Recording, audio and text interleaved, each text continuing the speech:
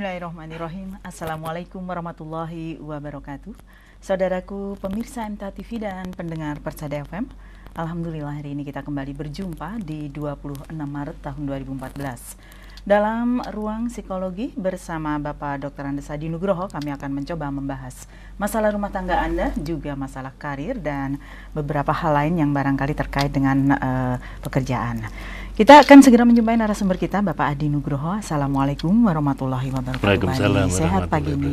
Alhamdulillah, Mbak Adi. Alhamdulillah, Pak Adi. Dan memang setiap hari memang setiap kehidupan manusia tidak akan terlepas dari semua permasalahan. Betul, Pak Adi. Ya, dan semakin kompleks karena kondisi yang memang menuntut untuk kita harus semakin canggih dalam menyelesaikan masalah. Karena masalahnya sendiri juga selain semakin luas, harus globalisasi, baik pengaruh terhadap anak, pengaruh terhadap istri, pengaruh terhadap suami. Jadi dalam keluarga sendiri tidak sesederhana dulu sekarang ini. Semakin dan kompleks. itu tidak bisa dibatasi. Ya, globalisasi ini dampaknya tidak bisa dibatasi, kecuali kita harus membentengi diri untuk mampu mempunyai kiat-kiat dan solusi-solusi yang tepat sesuai akidah kita tentunya. Sesuai akidah kita. Cara menyelesaikannya pun mungkin caranya juga harus sudah berbeda ya. Iya, tentunya begitu. Harus lebih semat, harus lebih cerdas, kemudian juga harus lebih imani, dalam arti harus lebih meyakini bahwa lebih meyakini adanya satu kekuatan Allah dalam mengatur semuanya inilah. Ini sebagai satu modal kita untuk melangkah ke depan. Pak Adi, dan memang kalau memang para pendengar juga mau belajar saat ini, kita menambah wawasan kita. Betul, mudah-mudahan para pemirsa dan juga pendengar ya saling sharing pengalaman, kemudian juga saling bisa menimba ilmu di sini bersama-sama, sehingga terjadi interaksi yang positif tentunya. Betul. Bukan hanya sekedar mengumbar aib ataupun menggibah ya, tetapi di sini memang kita mencoba untuk sharing. Jadi selalu saya tekankan belajar tanpa harus mengalaminya sendiri ya Pak Adi. Ini adalah orang yang cerdas. Jadi bisa melihat pengalaman orang lain, bisa menyerap manfaatnya bagi kehidupan kita dan diterapkan dalam kehidupan kita, sehingga kita tidak terjadi seperti mereka terjadi. Jadi bukan ada maksud negatif, kita lihat dari sisi positif kita belajar. Betul. Baik Pak Adi, ini mungkin sudah ada pertanyaan yang sudah masuk Pak Adi. Suami saya sekarang dipindah kerja di kantor pusat. Dia merasa kesepian dan nyaman karena Sabtu Minggu libur, tetapi kalau mau pulang ini jauh Pak Adi, tidak terjangkau sehari. Dia kemudian ingin keluar saja berwirausaha. Saya yang kurang setuju dan tidak yakin karena anak-anak saat ini sedang butuh biaya sekolah. Mohon solusi Bu Ajeng di Klaten. Bu Ajeng. Tentunya butuh satu kesabaran. Kalau saat ini penjenengan ragu karena yang akan dilakukan suami juga sesuatu yang baru, sangat pantas kalau ragu. Dan biasanya kalau ragu itu selalu tinggalkan saja. Ya, hadisnya jelas ya. Nah, bagi suami mungkin lebih perlu dikomunikasikan. Jadi mau berwira swasta dalam bidang apa, kemudian kompetensinya, kapabilitasnya ada enggak, kemudian infrastruktur dalam hal ini permodalan, investasinya apakah sudah ada dan sebagainya. Jadi tidak semena-mena mencari solusi yang seakan-akan gambarannya tidak jelas, sehingga keyakinan keluarga juga tidak jelas.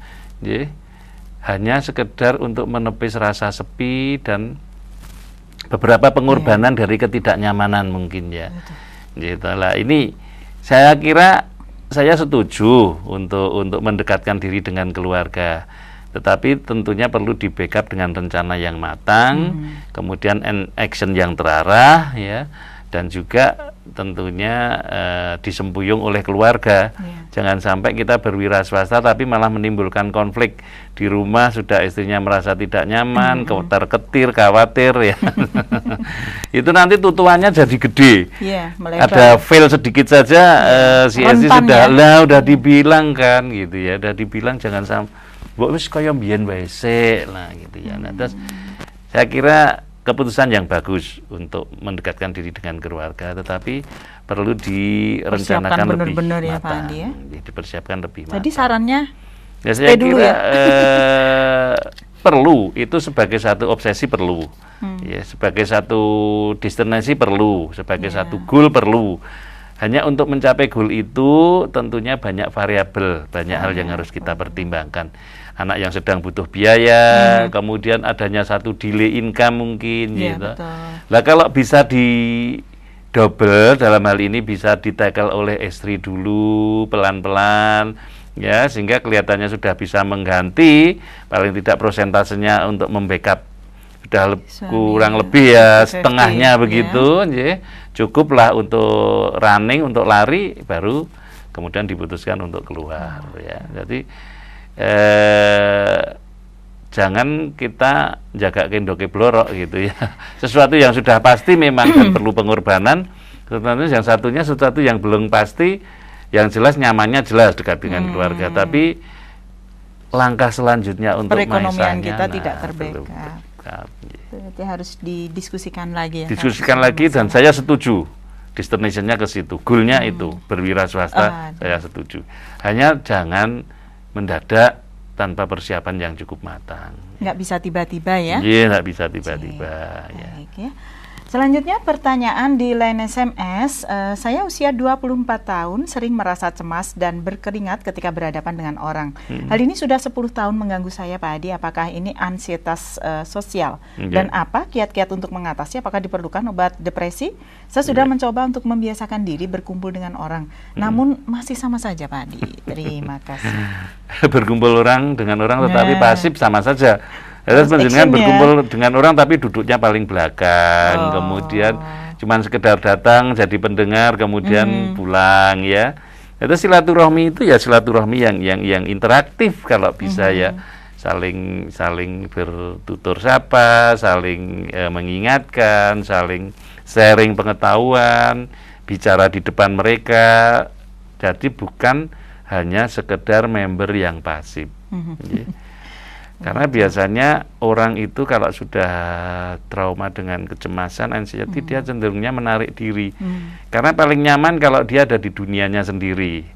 Sehingga terjadinya antisosial dan seperti itu. Dia kemudian lebih senang mengunci diri di kamar, senang dengan melukis, senang dengan ya aktivitas-aktivitas yang bisa dikerjakan sendiri, tidak perlu melakukan satu interaksi dengan lingkungan, ya. Atau mungkin dia berada di tengah-tengah orang lain tapi sibuk dengan BBM. Ya, hal seperti itu yang perlu dievaluasi.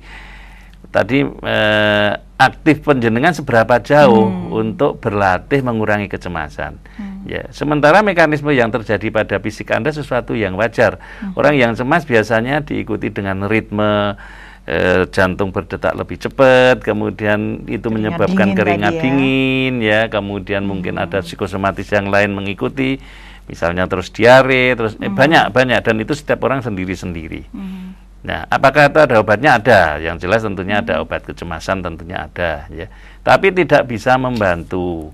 Itu hanya bersifat unpermanen. Jadi kalau dampak obatnya sudah nggak ada, ya sudah akan kembali seperti itu. Yang perlu adalah exercise, latihan, ya. Latihan untuk bagaimana sih mengurangi kecemasan, ya. Bagaimana kita mencoba untuk menghambat perasaan cemas itu muncul, sehingga toleransi kita terhadap kecemasan itu semakin gede. Kalau tadinya hanya ketemu orang saja deg-degan, sekarang sudah ketemu orang sudah mulai nggak apa-apa. Hanya kalau harus bicara, ya. Tapi kalau bicara beramai-ramai sekarang sudah nggak apa-apa, meskipun sendiri, harus mulai sendiri. Berarti bertahap, ya, Pak Adi, ya? Bertahap, ya. Bertahap lah. Yang Anda masih merasa gagal di mana, itu yang dilatih berulang-ulang. Jangan takut untuk kecemasan kalau selalu harus berbicara di depan orang, ya malah terus dilatih untuk bicara. Nggak usah memikir bagaimana intonasi kalimat kita, nggak usah memikir bagaimana kita nanti berargumentasi, lepas begitu saja. Yang penting, ya, yang penting bicara dulu, ya. Ini yang perlu dilatihkan. Nah, kecemasannya kecemasan bagaimana? Misalnya bertemu orang, ya Ya itu tadi, intensitasnya seberapa jauh. Kalau ketemu datang aja terlambat aja wis cemas. Di belakang. Harus jalan di depan orang banyak wis cemas. Ya itu dilatih. Orang kalau dilatih terus telat terus bukan gitu. Tapi dilatihnya ya orang kalau terus kabeh wong lungguh anggere ana wong lungguh rame terus ngadeg nang ngarepe mlaku bukan begitu ya. Memang jadi, perlu dicoba. Perlu dicoba untuk tampil ya, untuk dicoba untuk menjadi diri sendiri ya. Dan tidak perlu harus berusaha untuk sempurna, tidak perlu. Yang penting kendel sih gitu ya. Keyakinan diri itu kendel sih gitu. Dan itu nggak ada obatnya ya, orangnya, ya. Itu betul. Adanya di dalam diri kita. Ya. Baik deh untuk Mas ini tadi. Dan untuk pendengar yang ingin berinteraksi di line phone, kami undang di 0271 661749. Sudah ada penelpon. Assalamualaikum warahmatullahi wabarakatuh. Waalaikumsalam warahmatullahi wabarakatuh. Ya, silakan Ibu untuk teleponnya dikecilkan dahulu ya. Radionya dimatikan dulu, Bu. Assalamualaikum Pak Adi. Waalaikumsalam, Ji. Saya Dina dari Klaten. Iya.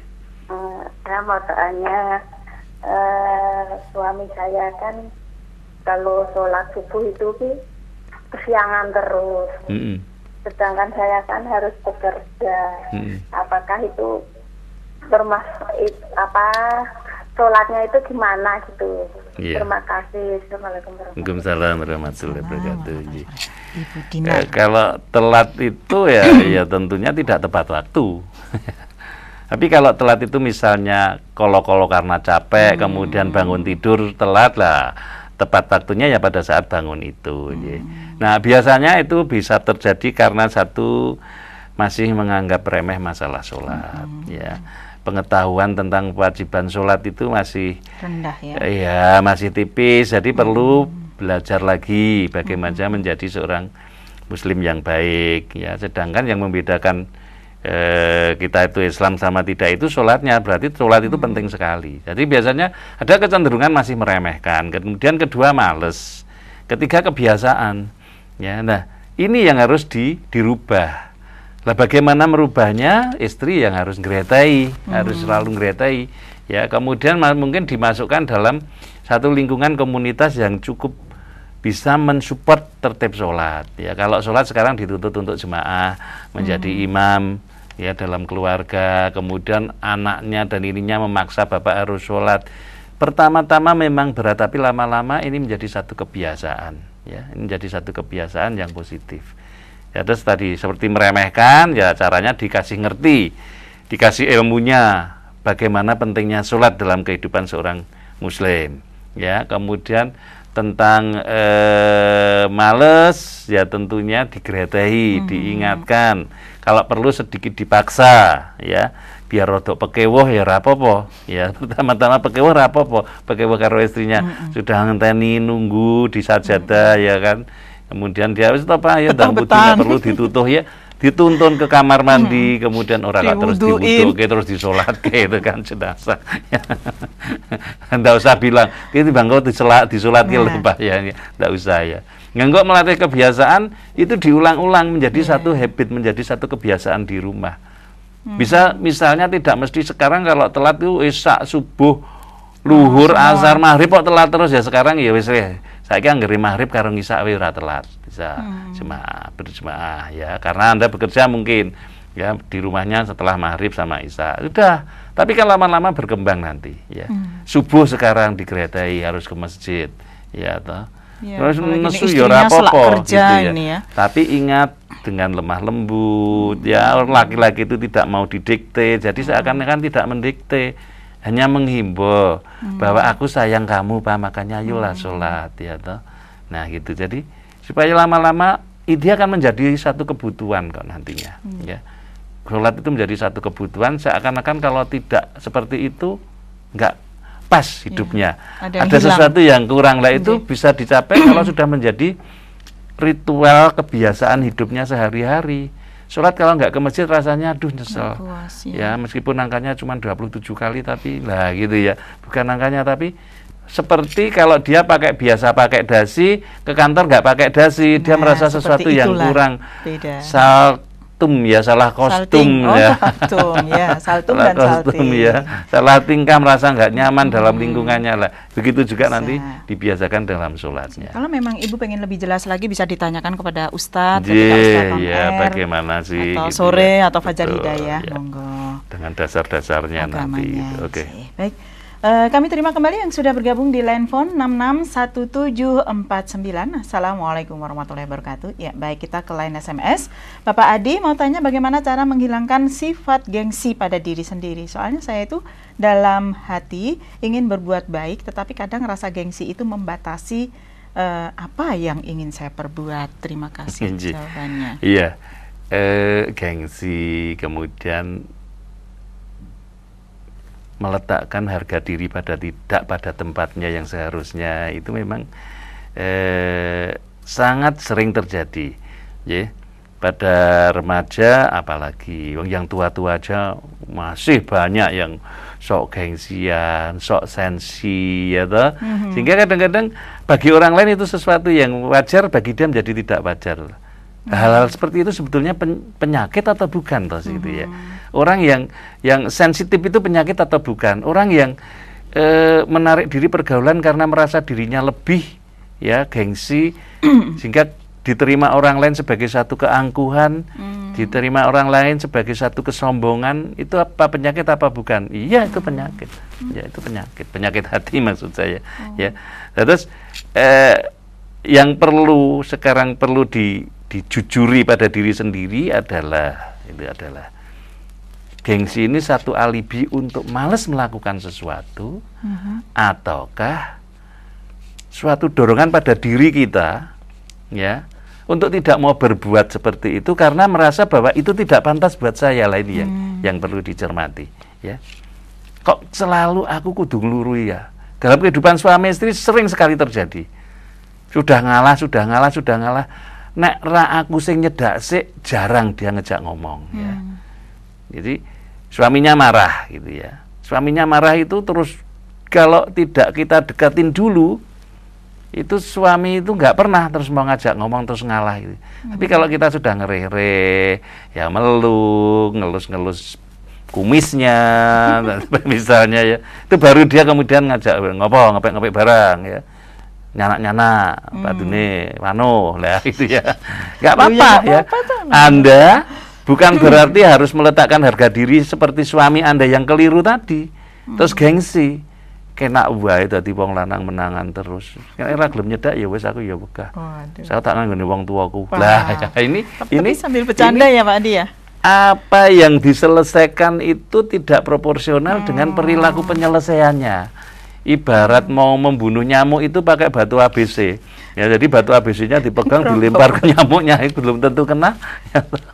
Malah mecah ke kocok, malah TV-nya remuk lah gitu. Nah ini. Jadi kalau yang Anda tanyakan itu hal seperti itu, maka perlu disadari bahwa menempatkan harga diri itu harusnya proporsional. Kita berhak tersinggung kalau agama kita diudik-udik. Akidah kita diremehkan. Lah itu harga diri kita bangkit giroh bagus itu. Ya. Proporsional. Ya, suami kita dijelek-jelekan, istri kita dilecehkan. Lah itu betul-betul harga diri kita. Tapi kalau kita meletakkan itu tidak pada tempatnya terus seakan-akan gengsi. Ki ora pada tempatnya saya kok seperti ini. Gak level lah gitu ya, misalnya bahasa sekarang, gak level lah, siapa lu gitu ya. Nah ini perlu dihilangkan hal seperti itu gitu ya. Sehingga seperti tadi kita mau menolong seseorang tapi merasa yang saya tolong bukan level saya. Ya memang kalau level Anda sudah nggak perlu pertolongan gitu ya. Yang memang kita perlu itu mesti jauh di bawah level kita. Lah makanya nggak perlu pakai level-levelan gitu ya. Itu yang perlu itu ada pada diri kita ya. Orang yang selalu mengkotak-kotakkan dirinya masuk dalam satu kelas tertentu, menjadi satu kasta tertentu, ya, itu akan tercermin pada dirinya. Ya, misalnya dia beli baju saja, kerudung kalau tidak ada brandnya yang selalu status tertentu dia nggak mau. pakai sepatu kalau tidak kelihatan mereknya nggak tahu, nggak mau. Jadi provok ya. Ya, itu membuat dia mengkelaskan brandnya ke level tertentu dan di luar level itu bukan kelas dia merasa tidak pantas di situ. Lah ini sudah berapa satu keangkuhan, arogansi, ya bukan gengsi lagi, bukan harga diri letaknya tidak di situ. Gitu. Ini yang perlu Anda cermati. Jadi harus dihilangkan itu, Mbak, harus dihilangkan. Gimana caranya? Action, ya. Udah mau nolong ya senolong aja lah, nggak perlu harus melihat yang tertolong siapa, gitu ya. Gitu. Jadi langsung action lama-lama jadi satu kebiasaan. Jadi kan ada tahapan ya Pak Adi. Arogansi itu diawali dengan gengsi-gengsi tadi. Betul. Itu sampai polnya nanti kesombongan sudah menolak kebenaran. Betul, ya. Ya baik Bapak Adi, ini kita masih mencoba pertanyaan di line SMS ya. Okay. Ada pendengar ini ya, atau pemirsa, sebagai pimpinan suatu komunitas, masa bakti saya berakhir pada tahun ini. Dan sudah banyak prestasi yang saya capai, tetapi hal itu tidak semudah yang saya capai ternyata Pak Adi. Mengingat anggota komunitas yang saya pimpin ini sebagian besar, ini tidak mendukung program saya. Nah, bagaimana langkah yang harus saya tempuh? Dari Pak Yanto di Ngawi. Lah kalau sudah mulai purna bakti ya tentunya sekarang panjenengan menjadi supporter ganti terhadap terhadap pengampu kelompok yang baru ya, pengampu yang baru itu pertama. Terus sekarang perubahan posisi panjenengan akan merubah fungsi panjenengan, bukan lagi sebagai inisiator, bukan lagi sebagai decision maker, pengambil keputusan, tetapi sebagai supporter, menjadi warga biasa misalnya lah.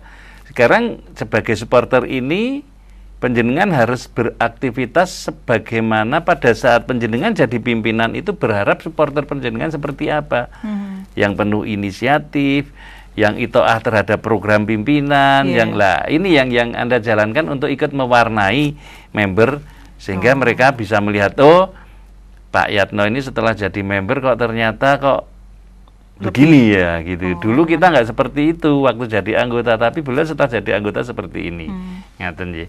Ini yang perlu dilakukan realnya di lapangannya, karena toh sekarang sudah ada perubahan.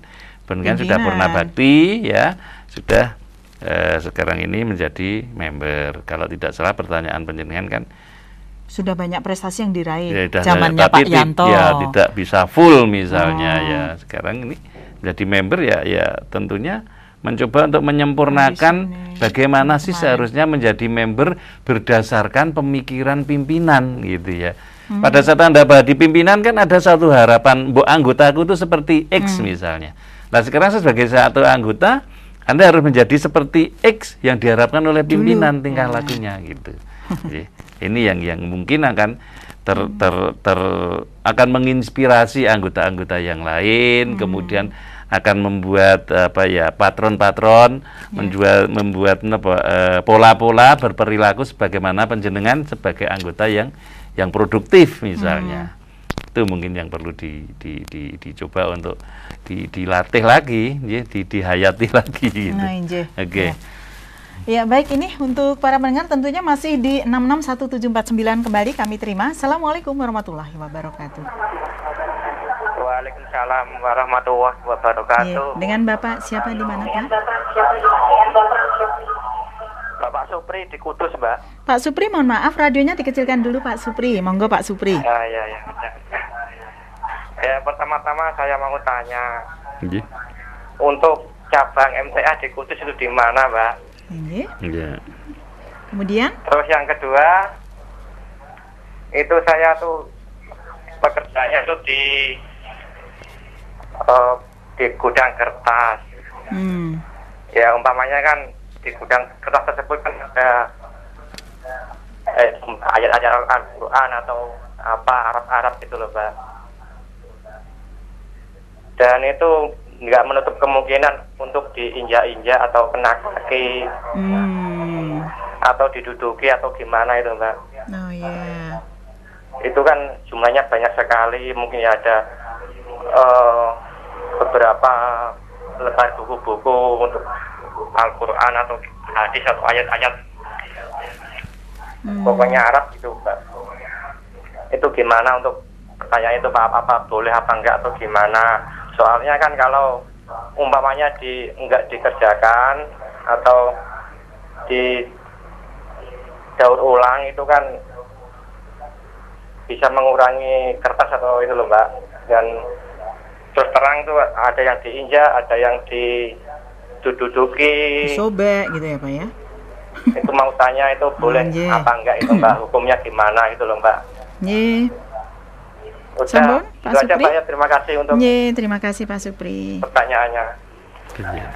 Ya nanti cabang di Kudus nanti mungkin kami akan carikan ya ini. Kemudian masalah teknis tadi pekerjaan teknis, ya Pak. Pekerjaan kalau memang itu rangkumannya dalam pekerjaan, misalnya kertas itu harus didaur ulang, kemudian dicacah lagi, kemudian dibuat lagi, kan itu memang cuma sekedar kertas gitu loh ya. Karena sudah sekedar kertas, belum dalam bentuk buku dan belum dalam bentuk, itu masih dalam rangkaian mekanisme pekerjaan. Dan kalau nggak digituin nanti nggak jadi misalnya ya. Malah nggak boleh dipegang, malah nggak mungkin ya jadi. Tapi secara jelas tentunya nanti bisa ditanyakan kepada ranah-ranah atau Fajar Hidayah dari Fajar Hidayah. Ustadz menjawab nggak kemis ini ya, tapi mungkin kemis belakang. Gitunya Pak Supri. Terima kasih sudah bergabung jauh-jauh dari Kudus Pak Adi, terima kasih. Baik. Nah ini untuk para pendengar, tentunya untuk line SMS kami masih berikan kesempatan juga 08139389.000 atau telepon di 661749 di line phone. Assalamualaikum warahmatullahi wabarakatuh. Waalaikumsalam warahmatullahi wabarakatuh. Silakan Ibu, siapa di mana Ibu? Dari Bu Ani di Blora. Silakan Bu Ani. Ya, mau tanya, saya itu dulu itu mendengarkan radio itu dilarang suami karena mendengarkan radio MTA itu Pak. Dilarang keras-kerasan. Awas kamu kalau mendengarkan lagi saya banting HP-mu, berkata begitu Pak. Tapi itu setelah ada fitnah itu begitu. Tapi setelah lama-kelamaan itu sudah paham Pak suami saya. Sudah paham itu mendengarkan itu saya terkejut Pak. Takut dimarahin, ternyata memperbolehkan begitu. Memperbolehkan itu berkata, loh kok kenapa kamu matikan, silahkan sekali lagi, katanya begitu Pak, diperbolehkan. Saya takut kalau dimarahin ternyata memperbolehkan. Para suami juga itu sudah ikut mendengarkan.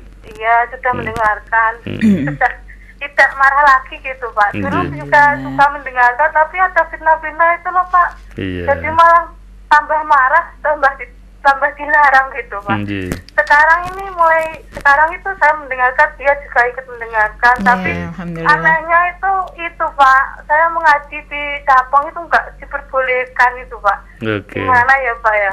Saya sebenarnya ingin ikut di cabang, tapi tidak diperbolehkan. Dulu itu saya ngaji itu sembunyi-sembunyi terus terang kalau ngaji di MTA gitu. Baik, terima kasih Ibu. Tidak marah. Baik, kami sudah tangkap pertanyaannya. Terima kasih. Ya, Pak, ya. Assalamualaikum. Waalaikumsalam warahmatullahi wabarakatuh. Ani di Blora. Tentunya sebagaimana tadinya nggak boleh, sekarang boleh dengarkan, ini kan juga berkembang ya. Nanti mungkin pelan-pelan nanti ngaji di cabang kan jadi dibolehkan ya, mungkin dengan alasan-alasan tertentu masih tidak boleh, apakah karena jauh demi keamanan dan sebagainya.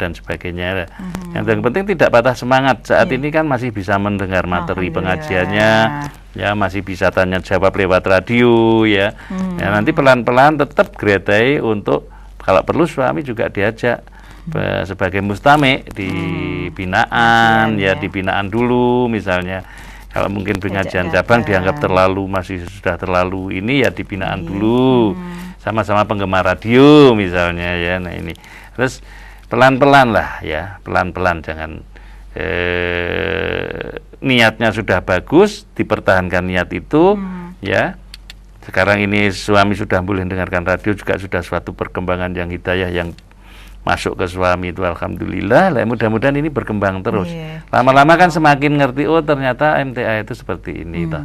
Ya ora apa-apa lah, nanti kita ngaji bareng-bareng, malah begitu mudah-mudahan ya. Mungkin dulu melarang karena belum kenal. Karena belum kenal, sekarang sudah kenal, sekarang tinggal menimbulkan rasa sayang saja gitu ya. Ya, mudah-mudahan Ibu Ani sukses sabar, ya, insya Allah, tetap sabar. Baik, ini informasi untuk tadi kelompok kajian yang ada di Kudus, Pak Supri ya. Ini bisa di Jalan Sunan Muria, Gang Barongan 2, nomor 1936. Untuk kontak number dengan Bapak Rozak Al-Abad, nomor telepon 081 228 233 130 di Jalan Sunan Muria, Pak Nye, Jalan Gang Barongan 2. Ya, baik, berikutnya di line SMS Pak Adi.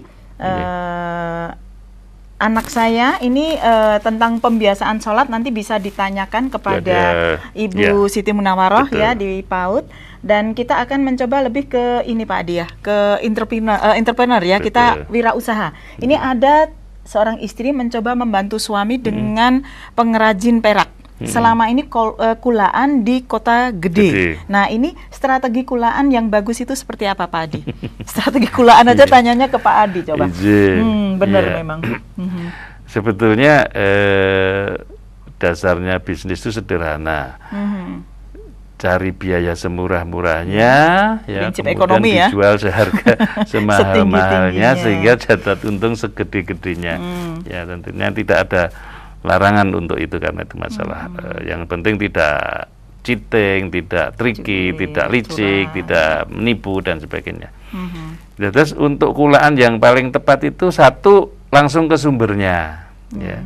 Jadi tidak melewati broker, tidak melewati calo, tidak melewati. Ini akan memotong biaya, tapi langsung ke sumbernya. Misalnya perak ya tentunya peleburan perak di kota gede itu yang mana sih, cari informasi itu sehingga langsung tepat ke sumbernya.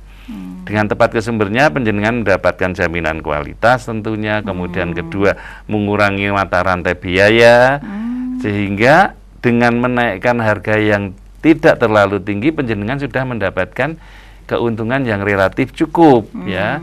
Makanya untuk menembus pasar, Anda akan punya barang-barang dengan kualitas yang bagus, dengan harga mungkin akan lebih murah dibanding mereka yang kulaan lewat calo, kulaan lewat broker, karena banyaknya biaya-biaya yang tambahan, kan mereka perlu untung semuanya. Nah, untung ini yang harus memberi untung penjenengan. Tapi kalau ke sumbernya langsung kan sudah motong beberapa keuntungan orang lain ini. Nah, ini sekarang ternyata juga masalahnya juga ke pemasaran, Pak Adi. Kenapa? Ini kan biasanya susah cari buyer karena biasanya mereka ada di luar negeri. Apakah Pak Adi bisa bantu carikan buyer loh? Satu, kalau bukan bidangnya biasanya memang tidak akan tepat ya. Pasar juga begitu. Pasar ini yang saya gelutin, pasarnya beda dengan produk yang penjenengan gelutin saat ini ya.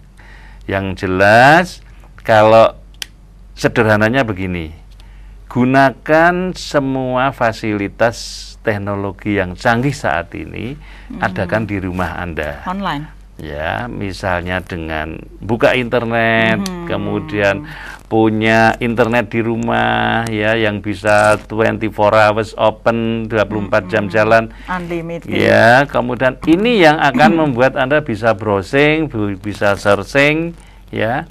Itu yang bisa dilakukan aktivitas sehari-hari ya. Dengan dibuka www.nafed misalnya Indonesia ya, kantor perdagangan Indonesia.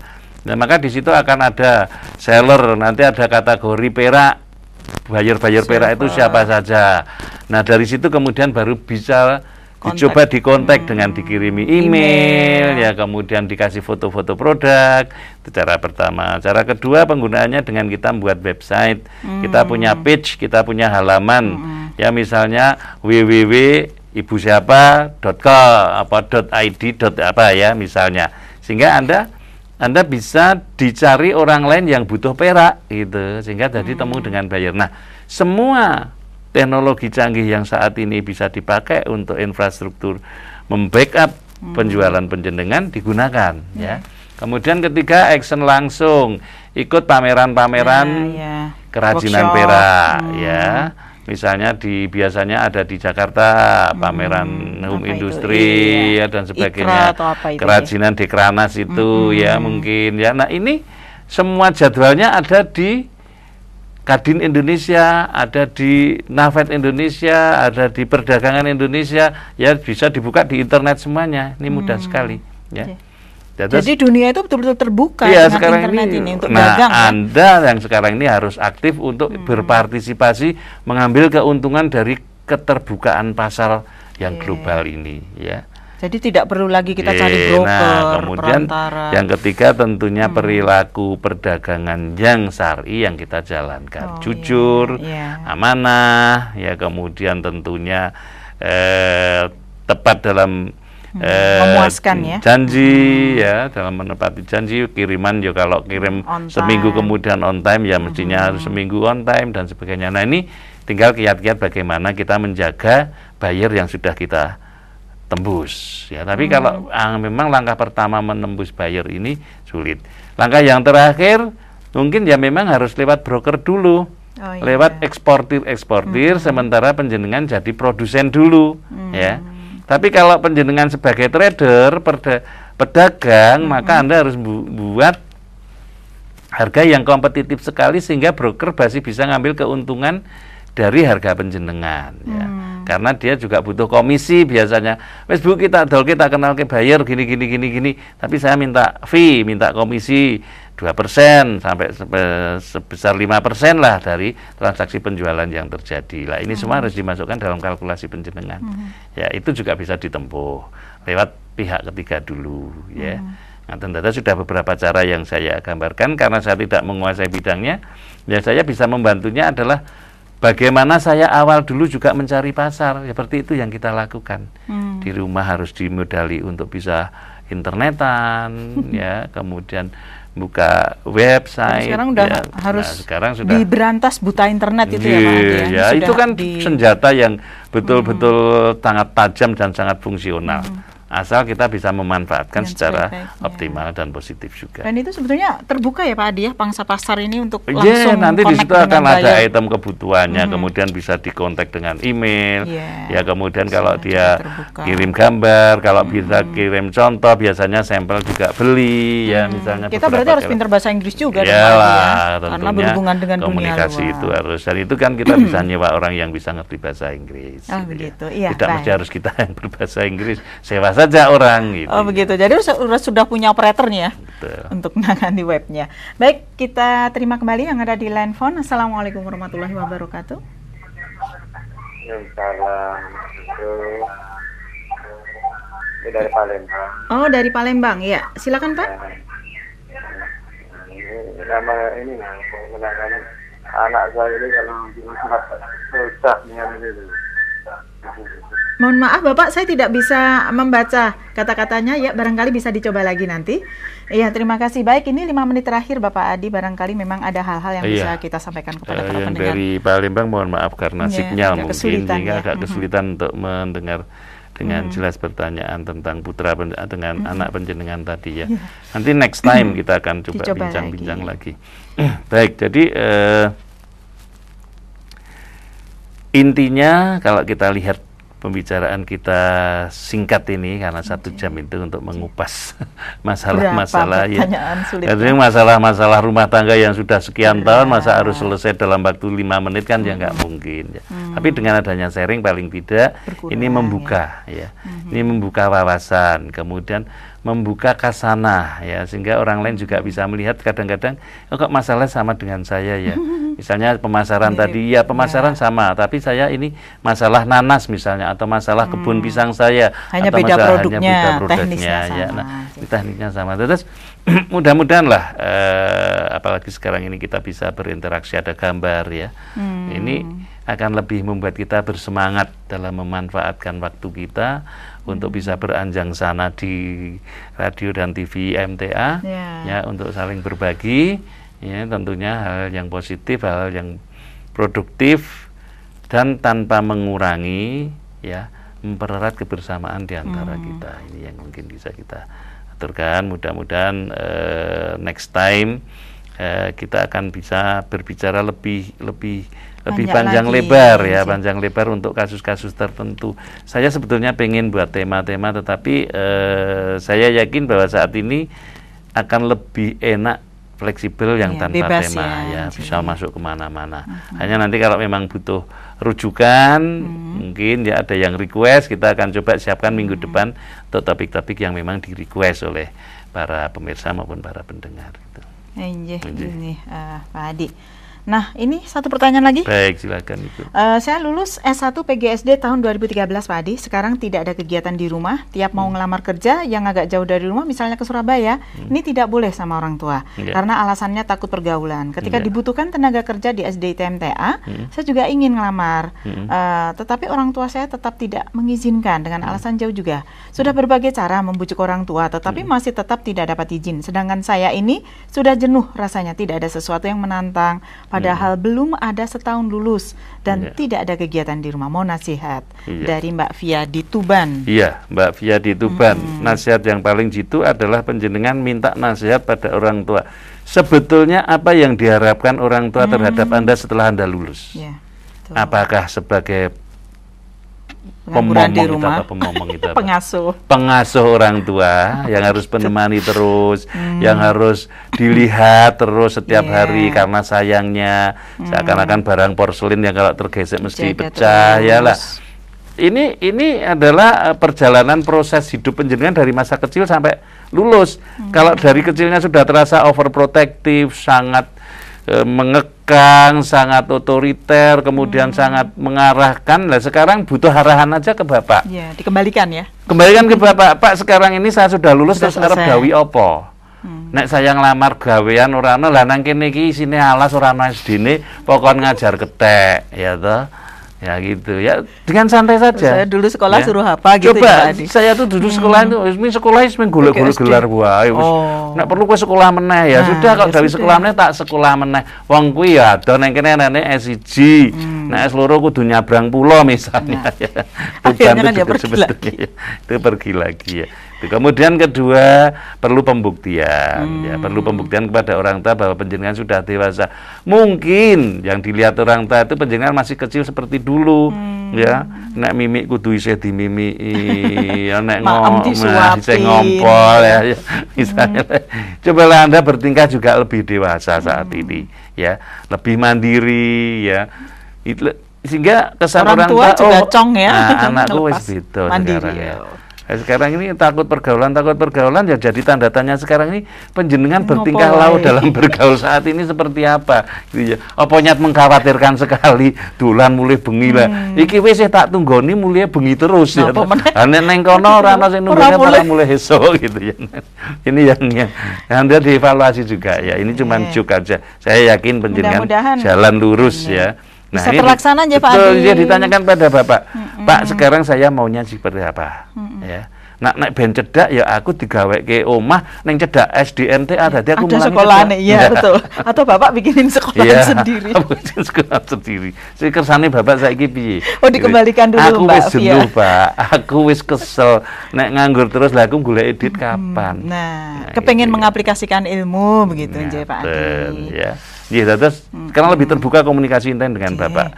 Arahannya Bapak diharapkan apa? Iya, Mbak Via. Minggu depan saya tunggu teleponnya lagi kira-kira jawaban Sudah Bapak dapat kerjaan ya Mbak Via. Jawaban Bapak apa kira-kira gitu ya? Bapaknya apa?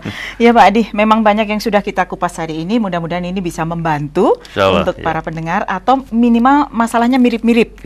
Walaupun tidak harus masalah yang kita angkat. Terima kasih banyak untuk waktunya. Sama-sama, dan kesimpulan akhirnya apa ini Pak Adi? Monggo. Ya saya kira karena kita varian kemudian melebar tanpa tema, ya kesimpulannya setiap pendengar, setiap pemirsa bisa menyimpulkan. Sendiri, ya yang jelas saya yakin kesimpulannya adalah bahwa radio dan TV kita ini sangat bermanfaat. Subhanallah. Ya, mudah-mudahan Pak Adi juga tetap istiqomah setiap Rabu siang menyapa para pendengar untuk bisa membantu memecahkan masalah yang ada. Terima kasih Pak Adi, sukses selalu. Assalamualaikum warahmatullahi wabarakatuh. Ya baik saudaraku pemirsa MTA TV, pendengar Persada FM dimanapun Anda berada, purna sudah tugas saya untuk menghadirkan program Ruang Psikologi bersama Bapak Dr. Andes Hadi Nugroho. Program yang sama akan hadir menyapa Anda hari Rabu yang akan datang mulai pukul 1 hingga 2 siang. Saya Aulia Idris dan teman-teman yang bertugas segera mohon diri. Assalamualaikum warahmatullahi wabarakatuh.